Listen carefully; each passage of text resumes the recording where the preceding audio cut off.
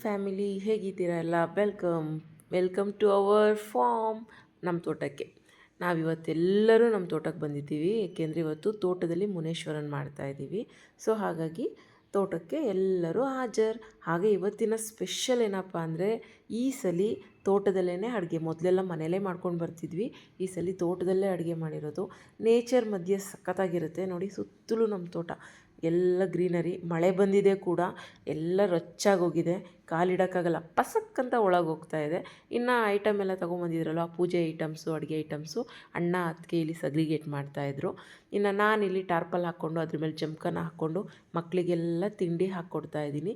ಇವತ್ತಿನ ಸ್ಪೆಷಲ್ ತಿಂಡಿ ವಾಂಗಿಬಾತ್. ನಮ್ಮ ಅತ್ತಿಗೆ ಮಾಡಿದರು ವಾಂಗಿಬಾತು. ಸೊ ಎಲ್ಲ ಮಕ್ಕಳಿಗೆ ಹಾಕ್ಕೊಟ್ಟಿದ್ದಾಯಿತು, ಎಲ್ಲರೂ ತಿಂದರು. ಉಪವಾಸ ಇರೋದು ಆಂಟಿ ಅಪ್ಪ ಇಬ್ಬರೇ, ಇನ್ನೆಲ್ಲರೂ ಊಟ ಮಾಡಿದ್ವಿ. ಹಾಗೆ ನೋಡಿ ಎಷ್ಟು ರಚ್ಚಾಗಿದೆ ಅಂತ.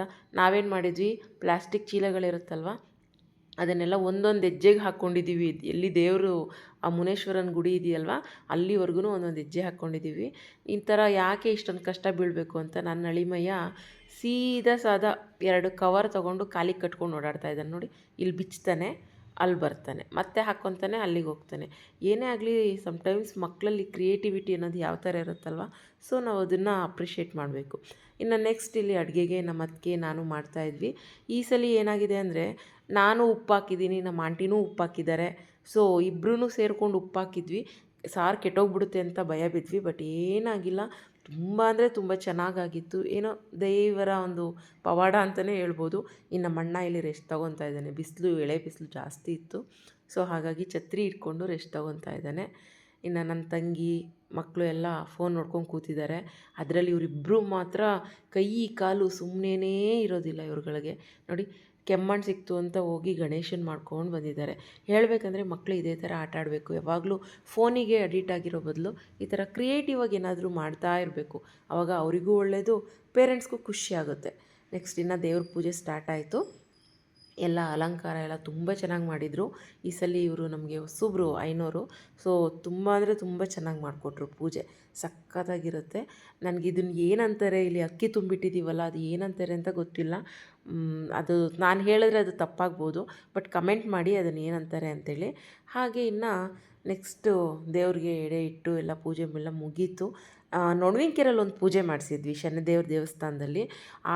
ಬೆಳಗ್ಗೆ ನಾನು ಹೋಗೋಕ್ಕಾಗಲಿಲ್ಲ, ನನಗೆ ಬಸ್ ಫೆಸಿಲಿಟಿ ಇರಲಿಲ್ಲ. ಟ್ರೈನಿಗೆ ಹೋಗೋಣ ಅಂದರೆ ಟ್ರೈನ್ ಟೈಮಿಂಗು ಸರಿ ಇರಲಿಲ್ಲ. ಸೊ ಹಾಗಾಗಿ ನಾನು ಡೈರೆಕ್ಟಾಗಿ ಮನೆಗೆ ಹೋಗ್ಬಿಟ್ಟೆ, ನೊಣವಿನಕೆರೆಗೆ ಹೋಗೋಕ್ಕಾಗಲಿಲ್ಲ.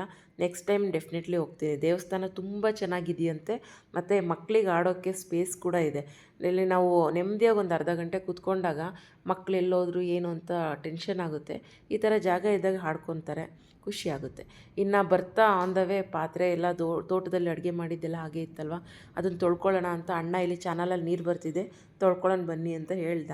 ಸೊ ಮನೆಗೆ ಹೋಗಿ ಕಷ್ಟ ಬೀಳೋ ಬದಲು ಇಲ್ಲೇ ತೊಳ್ಕೊಂಬಿಡೋಣ, ನೀರೆಲ್ಲ ಚೆನ್ನಾಗಿರುತ್ತೆ, ಸ್ವಲ್ಪ ಆಟ ಆಡ್ದಂಗೂ ಇರುತ್ತೆ ಅಂತ ಎಲ್ಲ ತೊಳ್ಕೊಂಡ್ವಿ.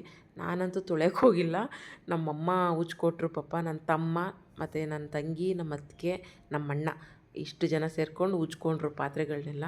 ಇನ್ನು ಮಕ್ಕಳಿಲ್ಲಿ ಯಾವುದೋ ಒಂದು ಹಳೆಯ ಗಾಡಿ ನಿಂತಿತ್ತು ಅಂತ ಫೋಟೋಸ್ ಎಲ್ಲ ತಕ್ಕೊಂಡ್ರು. ಖುಷಿಯಾದರು, ನಾವು ಖುಷಿಯಾದ್ವಿ.